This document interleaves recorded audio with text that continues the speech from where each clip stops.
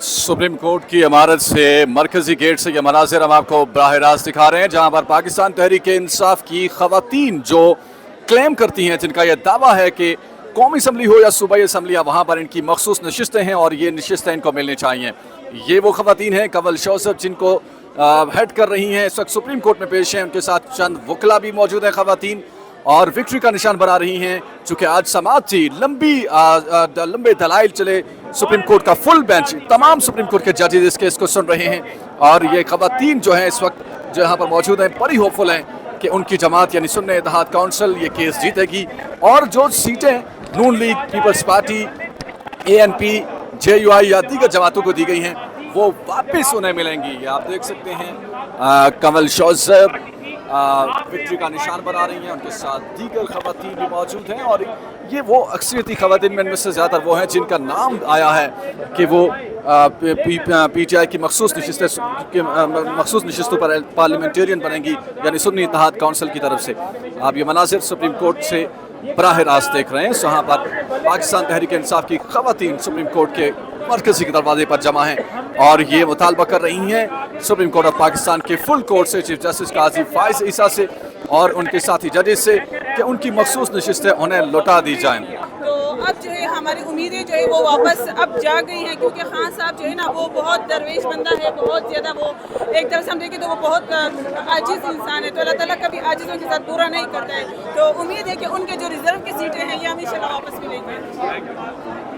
खवातीन अरकान जो हैं वो बड़ी होपफुल हैं कि उनकी रिजर्व सीटें उन्हें वापस मिलेंगी, और इमरान खान के ऊपर उनका बड़ा यकीन है कि इमरान खान जिस तरह से जिस हिकमत अमली के साथ आगे बढ़ रहे हैं, उन्हें उस पर पूरा एतमाद है, पूरा एतबार है कि वो उन्हें वापस मिलेंगी।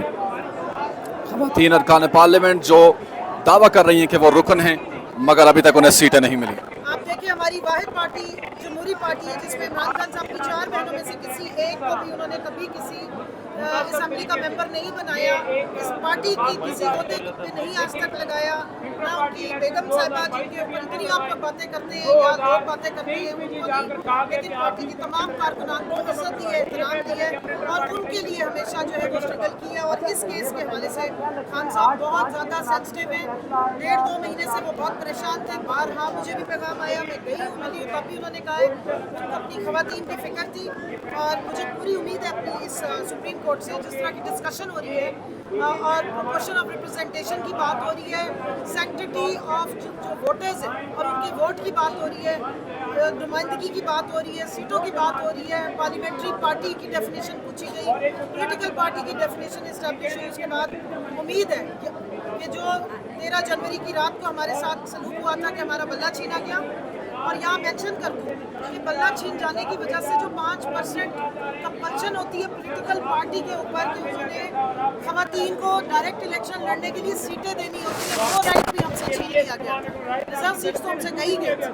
तो जो पूरे पाकिस्तान से 5% खवातीन को सीटें मिलनी होती हैं ताकि आपका निशान आपके पास है, वो एप्लीकेशन से आपने हमारी पार्टी को फारिग कर दिया, और ये राइट भी हमारा छीना गया।